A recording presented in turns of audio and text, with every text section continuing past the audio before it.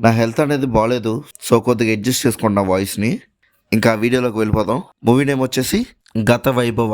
ఈ movie Amazon ప్రైమ్లో Telugu డబ్బింగ్లో streaming అవుతుంది. Telugu dubbing చాలా బాగుంది. ఇంకా మూవీ అయితే యావరేజ్గా అనిపించింది. ఇంకా ఈ మూవీ యొక్క స్టోరీ హీరోయిన్ ఆధునిక పెట్టే ఒక ఫేస్బుక్ పోస్ట్ తో స్టార్ట్ అవుతుంది.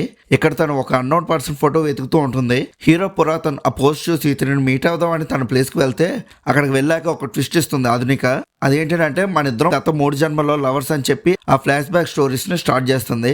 ఆ 3 జన్మల్లో వీళ్ళిద్దరు ప్రేమ ఎందుకు ఫెయిల్ అయింది, ఈ ప్రజెంట్ లైఫ్ లో అయినా వీళ్ళిద్దరు కలిసి బతుకుతారా లేదా అనేది మూవీ స్టోరీ. ఇలాంటి మూవీ టెంప్లెట్స్ మనం చాలానే చూసాం. ఎందుకంటే ప్రేమంట, మగధీర లాంటి మూవీస్లో.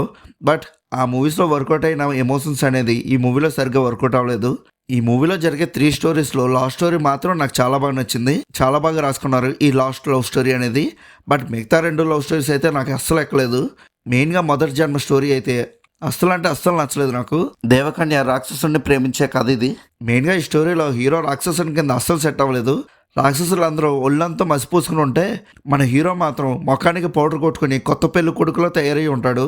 పోనీ మేకప్ గురించి వదిలేస్తే ఆ గెటప్ కూడా సరిగ్గా సెట్ అవ్వదు హీరోకి. ఈ స్టోరీలో కలర్ గ్రేడింగ్ అయినా కొద్దిగా కాన్సన్ట్రేట్ చేసి తీసుంటే బాగుంది అనిపించింది. ఈ జన్మలో జరిగే సిచ్యువేషన్స్ చూస్తూ ఉంటే ఏంట్రా ఈ సోది అనిపిస్తూ ఉంటుంది మన మూవీ చూస్తున్నప్పుడు. ఇంకా 2వ జన్మ స్టోరీ అయితే కామెడీగా ఉంటుంది.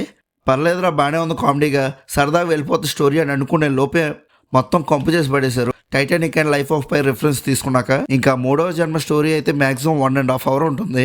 ప్రీ ఇంటర్వ్యూలో స్టార్ట్ అయ్యి ప్రీ క్లైమాక్స్లో ఎండ్ అవుతుంది. చాలా బాగా రాసుకున్నారు ఈ స్టోరీని మాత్రం. ఈ స్టోరీ అనేది 19th centuryలో జరుగుతూ ఉంటుంది. సెట్ వర్క్ కూడా చాలా బాగుంటుంది, ప్రతిదీ డీటెయిలింగ్గా. ఇంకా హీరో అయితే పాత జన్మల కన్నా ఇందులోనే పర్ఫెక్ట్గా సెట్ అవుతాడు క్యారెక్టర్కి.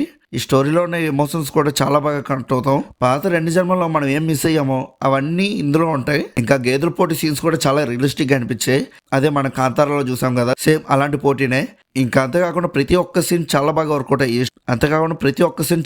వర్కౌట్ అవుతాయి ఈ స్టోరీలో. ఇంకా యాక్టర్స్ పెర్ఫార్మెన్సెస్ గురించి మాట్లాడుకుంటే అందరూ చాలా బాగా చేశారు. మెయిన్గా ఈ 90s బ్యాక్డ్రాప్లో హీరో యాక్టింగ్ అయితే చాలా బాగా నచ్చింది నాకు. ఇంకా సాంగ్స్ అండ్ బీజిఎమ్స్ అయితే ఓకే పర్లేదు అనిపించే టైప్లోనే ఉన్నాయి. ఇంకా ఓవరాల్గా మూవీ ఎలా ఉందని అడిగితే నాకైతే యావరేజ్గా అనిపించింది. పర్లేదు, ఒకసారి ట్రై చేయొచ్చు 90s బ్యాక్డ్రాప్ లవ్ స్టోరీ కోసమైనా. ఇంకా మీలో ఎవరైనా ఈ మూవీ చూస్తుంటే మీకు ఎలా అనిపించిందో కింద ఉన్న కామెంట్ సెక్షన్లో చెప్పండి. అలానే movie updates and movie reviews కోసం మన సినిమా ఛానల్ని సబ్స్క్రైబ్ చేసుకొని బెల్ ఐకాన్ కూడా ఆన్లో పెట్టుకోండి. మళ్ళీ మనం నెక్స్ట్ వీడియోలో కలుసుకుందాం. బై.